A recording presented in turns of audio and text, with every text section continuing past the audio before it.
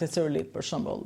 Unë nuk marr sepse më ka thënë ti mos merr dhe bëj çfarë bën ti, po shumë njerëz nuk e kanë informacion. Nuk kanë informacion edhe sidomos gocat e reja i vërsulen kremave anticelulit. Dhe këtë rekomandim e bëjnë ato që nuk kanë njohuri në anatominë limfatike, sepse do ta bitet pak shpjegim ç'është anatomia limfatike që ta kuptojnë njerëzit. Nuk do bëj anatomi, po pak fare do them. Jo, pak, me qëllim që të kuptohet nga publiku, Kur themi flasim për anatominë limfatike, ne kemi ky është një strukturë ku ndihmon qarkullimin e limfës, ta vërë në lëvizje limfën, kemi enët limfatike, kemi nyjet limfatike, që gjithë to janë procedura që kalojnë dhe në enët limfatike pastrohet limfa dhe është funksionale për organizmin.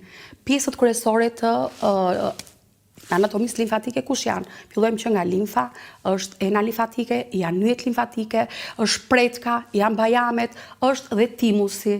Tani duke timusi do ndalen pak se jo të gjithë. Mos dalë shumë se ngelën, pastaj. Ja, do ta them direkt. Do më duket sikur jam duke bërë masazh. Jo, duke bërë anatomi.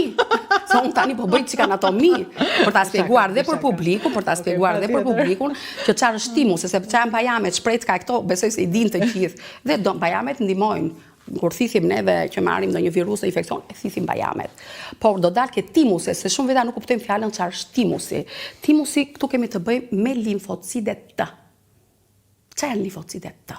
Limfocidet T janë qeliza, disa lloj qelizash të bardha të gjakut që ndihmojnë organizmin të luftojë infeksionet. Dhe këto kalojnë quhen T sepse këto kalojnë në timus, piqen. Kur them piqen, nuk themi piqen në furr. Kur themi piqen, to trajnohen, psohen, si themi për një të rritur që u poq tani, nuk bën më budalloj që e ke parasysh, se po bëj një analogji të vogël, dhe kjo është timusi, prandaj dhe quhen limfocidet T. Dhe këto pastaj luftojnë qelizat me infeksionet virale, ndihmojnë qelizat e mira, këto limfocidet T, ndihmojnë qelizat e mira dhe luftojnë, sulmojnë qelizat anormale që janë qelizat kancerogjene. Pra, kur kjo e ka fituar këtë proces, atëherë është i aftë të pastrojë dhe të reduktojë. Është një proces shumë i rëndësishëm i metabolizmit të trupit.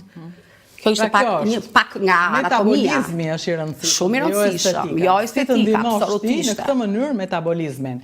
Por njerëzit të cilët kanë mungesë informacioni ose duan, se nuk është vetëm të mungesa informacionit, po duan edhe zgjidhje të shpejta, se nuk kemi kohë të humbasim, edhe çfarë thot ai, shpejt jepi me krem ikën.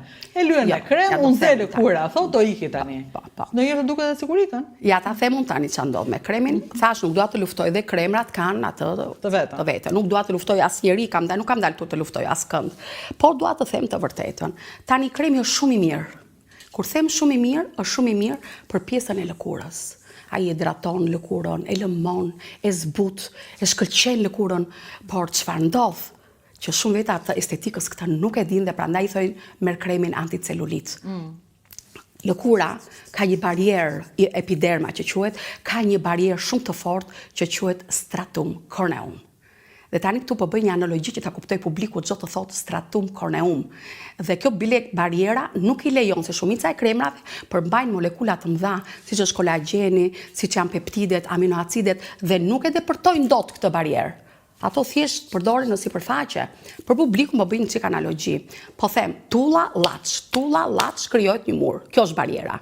Dhe për mua, që të më kuptoj publiku, unë tullat po i quaj qelizat e vdekura të keratinizuara, kurse llaçin po i quaj lipide, yndyrat, që janë kolesteroli, acidet yndyrore e të tjera.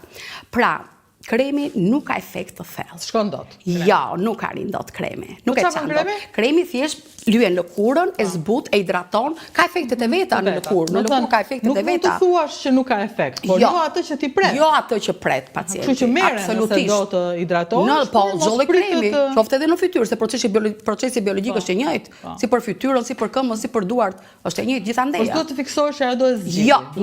Jo, nuk depërton kremi, nuk depërton.